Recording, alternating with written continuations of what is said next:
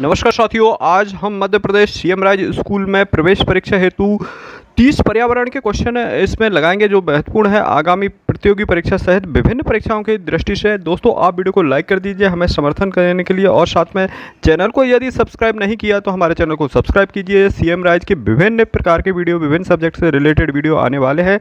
तो दोस्तों, आज का वीडियो हम अब शुरू करते हैं। तो दोस्तों, जैसा कि पर्यावरण का पहला क्वेश्चन दिया है, निम्नलिखित में से कौन सा सर्वभक्षी जीव है? तो ऑप्शन दिए हैं चीता, शेर, चील, गाय। तो सर्वभक्षी यानी जो मांसाहारी भी है और शाकाहारी भी है। तो चीता, शेर, चील और गाय इसमें ऑप्शन में दिए हैं। तो इसका सही जवाब दोस्तों चील है, जो कि शाकाहारी भी होता है, मांसाहारी होता है। जबकि गाय देखा जाए तो सिर्फ मांसाहारी नहीं है, और शेर और चीता शाकाहारी नहीं है। तो इसका राइट आंसर है दोस्तों चील। नेक्स्ट, अगले क्वेश्चन की ओर बढ़ते हैं। निम्न में से कौन सा पारितंत्र का जैविक घटक है, यानी पारिस्थितिकी तंत्र का जैविक घटक है? तो इसका जैसे कि ऑप्शन दिए ताप, पौधे, खनिज, वर्षा। तो इसका जैविक घटक है यानी जिसमें जीव होता है। तो जीव तो सजीव जो है पौधे ही होते हैं, बाकी तो ऐसा कोई नहीं लग रहा है। तो इसका राइट आंसर होगा पौधे। नेक्स्ट ऑप्शन पे चलते हैं। जीवाश्म ईंधन के दहन से कौन सी गैस पैदा नहीं होती है? गैस पैदा नहीं होती है। तो इसका ऑप्शन देखते हैं ऑक्सीजन। ऑक्सीजन के दहन से कोई गैस पैदा नहीं होती है। पौधों को वर्गीकृत किया जाता है। पौधों को वर्गीकृत किया जाता है अपघटकों में, उत्पादकों में, परपोषियों में और उपरोक्त सभी में। तो पौधों को जो वर्गीकृत किया जाता है वह उत्पादकों में किया जाता है। इसका आंसर देखा है दोस्तों उत्पादकों में। नेक्स्ट है, अगले क्वेश्चन की ओर बढ़ते हैं। कौन सा प्राणी मांसाहारी है? कौन सा प्राणी मांसाहारी है? तो गाय, बकरी, हिरण, मेंढक।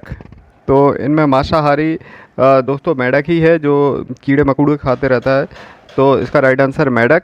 कौन सा जीव शाकाहारी है? तो टिड्डा, जू, खटमल, सांप। तो बाकी सभी खाते हैं। इसमें जो टिड्डा होता है वो हरी घास खाता है। तो इसका राइट आंसर है टिड्डा। कौन सा मानव निर्मित पारितंत्र या पारिस्थितिकी तंत्र है? Ecosystem. तो इनमें मनुष्य निर्मित, मनुष्य उद्यान भी बनाता है, खेत भी बनाता है और एक्वेरियम भी बनाता है, लेकिन जो नेचुरल है वो वन है। तो इसमें नहीं पूछा गया है, मानव निर्मित नहीं है, तो वो वन है। नेक्स्ट है, जैविक और अजैविक पदार्थों की क्रियात्मक इकाई क्या है? तो इसका आंसर दोस्तों जैविक तथा अजैविक क्या पारिस्थितिकी तंत्र है, पारितंत्र है, जो जैविक और अजैविक घटकों का क्रियात्मक तंत्र है, जिसमें दोनों ही सम्मिलित होते हैं, जैविक घटक और अजैविक घटक। नेक्स्ट क्वेश्चन की ओर बढ़ते हैं। निम्न में से कौन सा पारितंत्र का अजैविक घटक नहीं है? अजैविक घटक नहीं है यानी जैविक घटक है। तो दोस्तों इसका सही जवाब है पौधे हैं, बाकी ये नहीं है। नेक्स्ट अगले क्वेश्चन की ओर बढ़ते हैं दोस्तों। अगला क्वेश्चन दिया, जैव विविधता की विशिष्ट स्थल कौन से हैं? जैव विविधता के विशिष्ट स्थल कौन से हैं? तो इसका राइट आंसर है दोस्तों वन। अगले क्वेश्चन की ओर बढ़ते हैं। पराबैंगनी किरणें किस प्रकार के कैंसर का कारण बनती हैं? गुर्दे, त्वचा, मस्तिष्क या फेफड़े? पराबैंगनी जो अल्ट्रावायलेट किरणें होती हैं, यूवी किरणें होती हैं, तो ये त्वचा संबंधी स्किन के लिए रहती हैं, और सूर्य के प्रकाश में पराबैंगनी किरणें पाई जाती हैं दोस्तों। और ये अल्ट्रावायलेट किरणें जो कि ओजोन परत से रुक जाती हैं, या इसमें जहां ओजोन परत में अच्छे से होता है, तो ये अल्ट्रावायलेट यूवी किरणें स्किन को अधिक नुकसान पहुंचाती हैं, और इससे स्किन संबंधी कैंसर हो सकता है। अगला दिया है, चिकित्सीय कचरा किस रंग के कूड़ेदान में डाला जाता है? चिकित्सीय कचरे को लाल रंग के कूड़ेदान में डाला जाता है। चलिए नेक्स्ट अगले क्वेश्चन की ओर बढ़ते हैं। हरे पेड़ पौधे कितने प्रतिशत ऊर्जा ग्रहण करते हैं? तो हरे पेड़ पौधे सिर्फ 10% ऊर्जा ग्रहण करते हैं, उनका जो टोटल पोषक तत्व का। लिंडेमान के अनुसार दोस्तों 10% जो एक लेवल से दूसरे लेवल में जब पारिस्थितिकी तंत्र के द्वारा एक लेवल से दूसरे लेवल में जब जाता है, भोजन करते हैं, जैसे कि टिड्डे को मेंढक खाता है, मेंढक को सांप खाता है, और सांप को गिद्ध खाता है। तो इसमें जो ऊर्जा का लेवल कम होता जाता है वो 10% कम हो जाता है। 1000 से 100 होगा, 100 से 10 होगा, 10 से 1 होगा। तो वो लिंडेमान का अलग नियम है, लेकिन ये अलग क्वेश्चन पूछा गया है। चलिए नेक्स्ट अगला क्वेश्चन पूछा गया है, ओजोन संरक्षण दिवस कब मनाया जाता है? तो दोस्तों सभी को पता होगा, ये तो 16 सितंबर को मनाया जाता है। नेक्स्ट अगला, पराबैंगनी किरणें ओजोन को विघटित कर देती हैं। ओजोन को विघटित कर देती हैं, पराबैंगनी किरणें ओजोन को विघटित कर देती है। तो इसका राइट आंसर है दोस्तों 15 का ऑक्सीजन। ऑक्सीजन को O3 पराबैंगनी किरणें, और ओजोन का जो सूत्र होता है वो क्या होता है, O3 होता है। चलिए दोस्तों, अब हम अगले सवाल की ओर बढ़ते हैं। पोषी स्तर में पादक पद सदा होता है। पोषी स्तर में पादक पद सदा होता है, तो इसका राइट आंसर है दोस्तों पादप ही है। नेक्स्ट अगले क्वेश्चन की ओर बढ़ते हैं। कौन सी पोषी स्तर के बाद ऊर्जा लगभग समाप्त होती है, पहले, दूसरा, तीसरे और चौथे? तो दोस्तों जहां देखा गया है चौथे स्तर में जो ऊर्जा स्तर 0 हो जाती है, जहां मैंने बताया कि 1000 से 100, 100 से 10, 10 से 1%, और नेक्स्ट अगले लेवल पे अगर देखा जाए तो ऊर्जा का स्तर समाप्त हो जाता है। तो चौथे स्तर पर जाकर के ऊर्जा अगले लेवल पे जाके बिल्कुल समाप्त हो जाती है। अगला देखा जाए तो नेक्स्ट उत्पादकों के स्तर जीवों की संस्था कैसी होती है? तो दोस्तों इसमें सबसे अधिक होती है। नेक्स्ट क्वेश्चन की ओर बढ़ते हैं। सबसे अधिक हानिकारक रसायन किसमें संचित होते हैं? कीट में, शेर में, मानव में, पौधों में? तो मनुष्य में ही होते हैं दोस्तों सबसे अधिक हानिकारक रसायन। किसमें संचित होते हैं? कीट, शेर, मानव, पौधे? इसका आंसर देखते हैं मानव।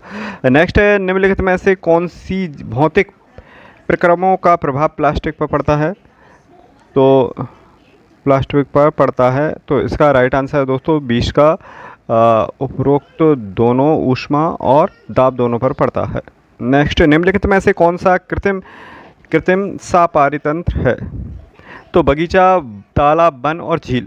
तो दोस्तों नेचुरल तो जो है तालाब है, वन है, झील है, लेकिन बगीचा मनुष्य द्वारा बनाया जाता है, तो इसका गार्डन ही सही आंसर है, बगीचा। निम्नलिखित में से अगला क्वेश्चन दिया है, निम्नलिखित में से कौन सा तत्व सूक्ष्म पोषक तत्व नहीं है? सूक्ष्म पोषक तत्व नहीं है, तो नाइट्रोजन नहीं है, बाकी तो सभी हैं। पोषक तत्व नहीं है नाइट्रोजन, बाकी क्योंकि नाइट्रोजन पौधों के लिए आवश्यक होता है लेकिन पोषक तत्व के अंतर्गत नहीं आता है। बाकी मैग्नीशियम, जिंक और कैल्शियम वगैरह ये सभी आते हैं। नेक्स्ट अगले क्वेश्चन की ओर बढ़ते हैं। निम्नलिखित में से कौन आहार श्रृंखला का निर्माण करते हैं? तो ये सभी करते हैं आहार श्रृंखला का निर्माण। नेक्स्ट, जैविक घटक और अजैविक घटक किसके से संबंधित हैं? पर्यावरण से, पारिस्थितिक तंत्र से, अम्लीय वर्षा से, अवांछित तत्वों से? तो पर्यावरण से संबंधित है जैविक घटक, और अजैविक घटक से मिलकर के पर्यावरण या पारिस्थितिक तंत्र बनता है। क्लोरोफ्लोरोकार्बन का उपयोग किया जाता है साबुन में, रेफ्रिजरेटर में, हीटर में और कूलर में? तो ये फ्रिज में किया जाता है दोस्तों CFC गैस का, और जो कि कूलिंग के लिए आवश्यक होती है, और सबसे अधिक CFC गैस से ही नुकसान होता है। कौन सी परत में? ओजोन परत में। नेक्स्ट अगला दिया है, खाए हुए भोजन का कितना प्रतिशत जैव मात्रा में बदलता है?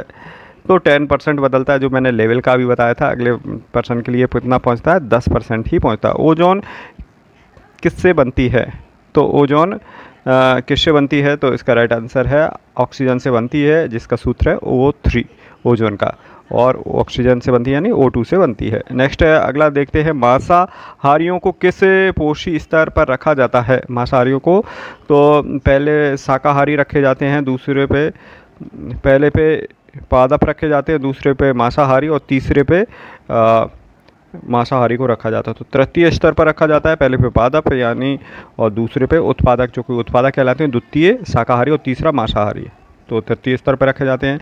अगला दिया, जिनमें प्रकाश संश्लेषण की क्षमता होती है उन्हें कहते हैं, उन्हें क्या कहते हैं? तो उत्पादक कहते हैं, उत्पादक ही कहते हैं जो प्रकाश संश्लेषण की क्षमता के द्वारा भोजन बनाते हैं। फिर उसके बाद प्राथमिक स्तर और द्वितीय स्तर के आते हैं उपभोक्ता। नेक्स्ट, अजैव निम्नीकरण पदार्थ है? तो अजैव निम्नीकरण पदार्थ DDT है, प्लास्टिक भी है, पॉलीथीन भी है, तो उपरोक्त सभी है।